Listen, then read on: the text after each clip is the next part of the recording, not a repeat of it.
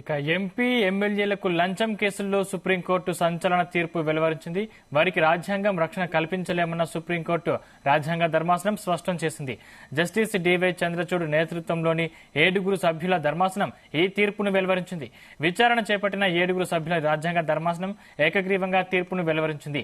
దీంతో చట్టసభల్లో, అసెంబ్లీ, పార్లమెంట్లో లంచాలకి పాల్పడే ప్రజాప్రతినిధులు విచారణకు హాజరు కావాల్సిందేనని రాజ్యాంగ ధర్మాసనం తేల్చి చెప్పింది.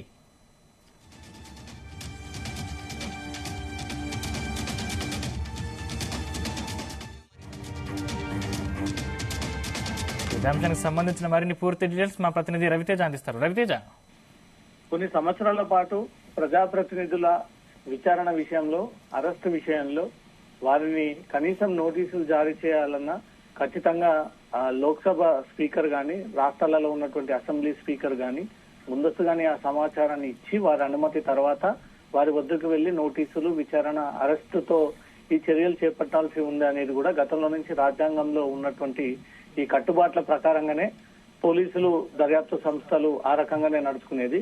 కానీ కొన్ని సంవత్సరాల పాటు హైకోర్టు, సుప్రీంకోర్టులో ఉన్నటువంటి కేసుకు సంబంధించి ఈ రోజు కీలకమైనటువంటి విచారణ జరిగిన తర్వాత కోర్టు క్లియర్ కట్ గా ఒక తీర్పుని, సంచలనమైనటువంటి తీర్పును వెల్లడించింది. రాజ్యాంగ రక్షణ కల్పించలేమంటూ కూడా సుప్రీంకోర్టు ధర్మాసనం ఈ విషయాన్ని ఉత్తర్వుల రూపంలో జారీ చేయడం జరిగింది. ఎంపీ ఎమ్మెల్యేలకు లంచం కేసులో సుప్రీంకోర్టు ఈ రోజు వెలువడించినటువంటి తీర్పు సంచలనంగా మారిందని అనుకోవాలి. ఇకపై ఎవరైతే అవినీతికి పాల్పడి రెడ్ హ్యాండెడ్ గా లంచం తీసుకొని అధికారులకు పట్టిబడితే డైరెక్ట్ గా ప్రొసీడ్ అవ్వచ్చు, విచారణ చేయొచ్చు, నోటీసులు అందజేయొచ్చు. తప్పు చేసినట్టుగా భావిస్తే ఖచ్చితంగా వారిని అరెస్ట్ కూడా చేయొచ్చు అన్న ఒక విషయాన్ని కూడా సుప్రీంకోర్టు ఈ విషయాన్ని తీర్పు రూపంలో భారత ప్రజలందరూ కూడా గుర్తు చేసే విధంగా ఆ తీర్పుని ఉత్తర్వుల రూపంలో వెల్లడించినట్టుగా తెలుస్తోంది. ఎంపీ ఎమ్మెల్యేలకు లంచం కేసులో ఇచ్చినటువంటి తీర్పు, చట్టసభల్లో లంచం తీసుకుంటే రాజ్యాంగాన రక్షణ కల్పించలేమంటూ మాత్రం సుప్రీంకోర్టు రాజ్యాంగ ధర్మాసనం ఈ విషయం తేల్చి చెప్పడం జరిగింది. 7 సభ్యులతో కూడినటువంటి రాజ్యాంగ ధర్మాసనం ఏకగ్రీవ తీర్పుని ఇంతకు ముందే వెల్లడించడం జరిగింది. చట్టసభల్లో డబ్బులు తీసుకొని ఓటు వేసే ఎంపీ ఎమ్మెల్యేలకు రాజ్యాంగ రక్షణ ఉండాలా లేదా అనే దానిపై ప్రధాన న్యాయమూర్తి జస్టిస్ డివై చంద్రచూడ్ నేతృత్వంలో 7 సభ్యులతో రాజ్యాంగ ధర్మాసనం ఈ తీర్పు ఇంతకు ముందే వెల్లడించడం జరిగింది. వందలాదిగా ఈ ప్రజాప్రతినిధుల కేసులన్నీ కూడా పెండింగ్ లో ఉండడము, వారిని విచారించాలన్నా, నోటీసులు ఇవ్వాలన్నా, అరెస్ట్ చేయాలన్నా ప్రతిసారి స్పీకర్ అనుమతి తీసుకోవాల్సి ఉంటుంది, లేదా అసెంబ్లీ స్పీకర్ అనుమతి తీసుకోవాల్సి ఉంటుంది. కాస్త కేసులో ఆలస్యం జరుగుతున్నప్పటికీ సాక్ష్యాధారాలన్నీ కూడా తారుమారు అవుతా ఉన్నాయి. అందుకే అన్ని సాక్ష్యాధారాలని తారుమారు చేస్తా ఉన్నారు ప్రజాప్రతినిధులంతా కూడా మొదటి నుంచి వస్తున్నటువంటి ఆరోపణలపై. కాబట్టి ఈ రోజు సుప్రీంకోర్టు చీఫ్ జస్టిస్ 7 సభ్యులతో కూడినటువంటి ధర్మాసనం ఏకగ్రీవంగా ఒక తీర్మానాన్ని చేస్తూ ఏకగ్రీవంగా ఆ తీర్పును కూడా వెల్లడించడం జరిగింది. ఈ పివి నరసింహారావు కేసులో ఇమ్యూనిటీ కల్పిస్తూ ఇచ్చినటువంటి మెజారిటీ న్యాయవాదులు ఇచ్చిన తీర్పుని సుప్రీంకోర్టు ధర్మాసనం ఈ రోజు కొట్టివేసింది. శాసనసభ్యులు, ఎంపీలు లంచం తీసుకోవడం భారత పార్లమెంటరీ ప్రజాస్వామ్య పనితీరును నాశనం చేస్తుందని సిజేవై చంద్రచూడ్ ఈ విషయాన్ని అక్కడ ఏదైతే ఆర్గ్యుమెంట్ జరుగుతూ ఉన్నాయో దాంట్లో ఈ విషయాన్ని కూడా స్పష్టంగా చంద్రచూడ్ తెలియజేసినట్టుగా సమాచారం అందుతుంది. తీర్పు వెలువరించిన సిజేఐ చంద్రచూడ్ నేతృత్వంలోని న్యాయమూర్తులు AS Bopanna, MM Sundaresh, PS Narasimha, JB Pardiwala, Sanjay Kumar, Manoj మిశ్రాలతో కూడినటువంటి ధర్మాసనం ఈ తీర్పుని వెలుగులో 5 సభ్యుల ధర్మాసనం ఇచ్చినటువంటి తీర్పును నేడు సుప్రీంకోర్టు కొట్టివేస్తూ ఎంపీ ఎమ్మెల్యేల విషయంలో రాజ్యాంగ రక్షణ కల్పించలేము, ఇకపై దర్యాప్తు సంస్థలు, పోలీసులు మీకు ఉన్నటువంటి ఎలిగేషన్స్ లేదా మీకు వచ్చినటువంటి ఫిర్యాదుల పైన ప్రొసీడ్ అవ్వచ్చు, స్పీకర్ అనుమతి తీసుకోవాల్సినటువంటి అవసరం లేదు అంటూ మాత్రం ఈ తీర్పు వెల్లడించడంతో ఇప్పటికీ ప్రజాప్రతినిధులందరూ కూడా హడలెత్తిపోయేటువంటి వార్త ఇది. ఎందుకంటే దేశంలోనే మొట్టమొదటిసారి భారత రాజ్యాంగంలో కొన్ని సవరణలు కల్పిస్తూ సుప్రీంకోర్టుకి వస్తున్నటువంటి ఈ పిటిషన్లు, వారిపైన అవినీతి ఆరోపణలు, వందలాది కేసులు పెండింగ్ లో ఉండడంతో సుప్రీంకోర్టు ఈ రోజు సుదీర్ఘ విచారణ తర్వాత ఈ రోజు కీలకమైనటువంటి తీర్పును వెల్లడించింది. ఎంపీలు, ఎమ్మెల్యేలు, ఎమ్మెల్సీలు, ప్రజాప్రతినిధులు ఎవ్వరు కూడా లంచంలో పట్టుబడితే, రెడ్ హ్యాండెడ్ గా లంచం తీసుకున్నట్టు అక్కడ ప్రూవ్ అయితే మాత్రం ఇమీడియట్ గా చట్టం పరంగా వారిపై చర్యలు తీసుకోవచ్చు అంటూ మాత్రం సుప్రీంకోర్టు ఈ ఆదేశాలు జారీ చేసినట్టుగా సమాచారం అందుతుంది. సందీప్.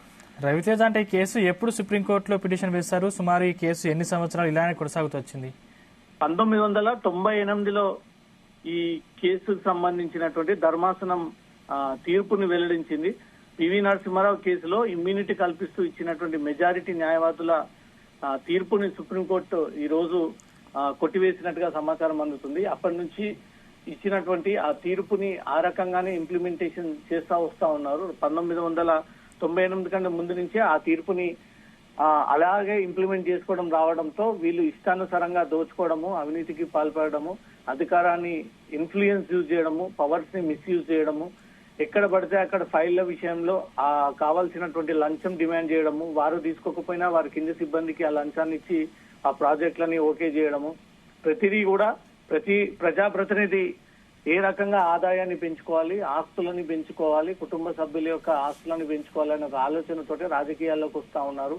ఈ ఎమ్మెల్యేల ఎంపీల పేరుతో వీళ్ళు ప్రజల నుంచి స్పష్టంగా వీళ్ళు లంచాలు తీసుకొని మరే ఈ అధికారాన్ని దక్కించుకొని తీవ్రంగా భారత రాజ్యాంగాన్ని పూర్తిగా ఉల్లంఘనకు పాల్పడుతూ అసలు చట్టాలనే ఒక గౌరవం లేకుండా ఇష్టానుసారంగా వీళ్ళు అవినీతికి పాల్పడుతున్నారు. కాబట్టి సుప్రీంకోర్టు అన్ని వైపుల నుంచి వచ్చినటువంటి పిటిషన్లు పరిశీలించి ఆరోపణలు, గతంలో ఉన్నటువంటి తీర్పులు అన్ని కోణాలు పరిశీలించిన తర్వాత సుదీర్ఘ విచారణ వెంటనే ఈ రోజు సుప్రీంకోర్టు సంచలనమైనటువంటి తీర్పును వెల్లడించింది.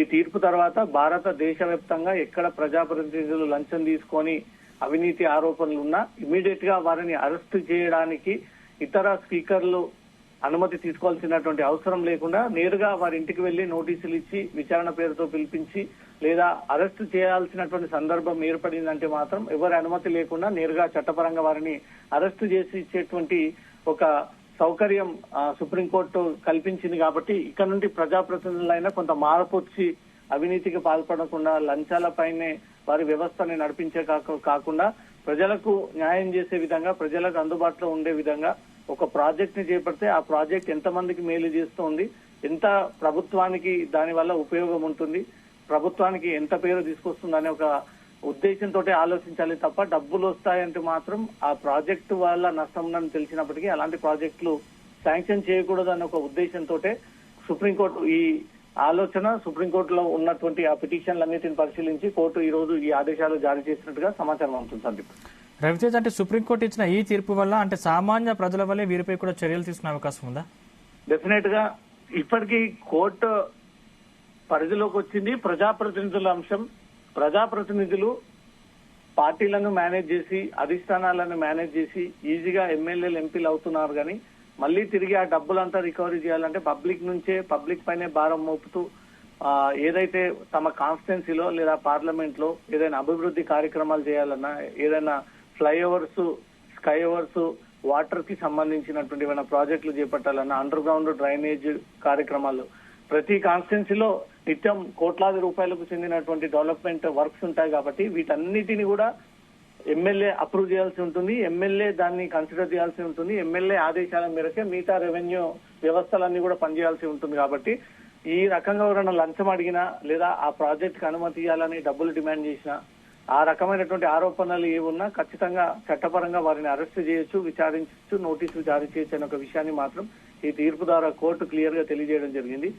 ఈ తీర్పు తర్వాత రాజకీయ నాయకుల్లో కొంత మార్పు వచ్చేటువంటి అవకాశం ఉంది. ఎందుకంటే ఇష్టానుసారంగా ఇంతకు ముందు అడ్డగోలుగా ఏది పడితే అది ప్రాజెక్టులకు అనుమతి ఇవ్వడము, ఆ అనుమతి ఇచ్చినటువంటి వెంటనే వీళ్ళు సెకండ్ రూపంలో ఆ డబ్బులని స్వీకరించడము, కొన్ని డబ్బులు ముట్టితే తప్ప ఆ ఫైల్ అక్కడి నుంచి కదలకపోవడము, ప్రతిదీ అవినీతి ఆలోచనతోటే వీళ్ళు చేపడుతున్నటువంటి ఈ క్రమంలో సుప్రీంకోర్టు ఇచ్చినటువంటి తీర్పు అన్ని రాష్ట్రాల్లో అవలంబించినట్టయితే, ఇంప్లిమెంట్ చేసినట్టయితే రాజకీయ నాయకులు ఖచ్చితంగా లంచం తీసుకోకుండా, అవినీతికి పాల్పడకుండా ఇప్పటి నుంచైనా నీతి నిజాయితీగా పనిచేసేటువంటి కొంత మార్పు మాత్రం భారత రాజ్యాంగం ఆలోచించి ఈ ఆదేశాలు జారీ చేసినట్టుగా కనబడతా ఉంది. దీని వల్ల కొంతమంది అయినా మారతారు అనుకోవచ్చా రవితేజ? రాజకీయాల్లో ప్రతిదీ అవినీతిగా మారిపోయింది. సీటు వీరి కైవసం చేసుకోవాలన్నా, ఆ సీటు వీరికి ఇవ్వాలన్నా, సీటు గెలిచిన తర్వాత మళ్లీ ఎన్నికల్లో పెట్టినటువంటి డబ్బుంతా రికవరీ చేయడానికి ప్రజల్ని పట్టి పీడ్చము, రియల్ ఎస్టేట్ వ్యాపారం పైన వీళ్ళు ఆధారపడి ఉండము, వారి కాన్స్టిట్యున్సీలో ఉన్నటువంటి వాటిపైన దౌర్జన్యాలు చేయడము, అనుచరుల బృందాలను పెట్టడము, వీటన్నిటిని దృష్టిలో పెట్టుకునే ఈ తీర్పు వెల్లడించింది అనుకోవాల్సింది. Right, thank you Raviteja.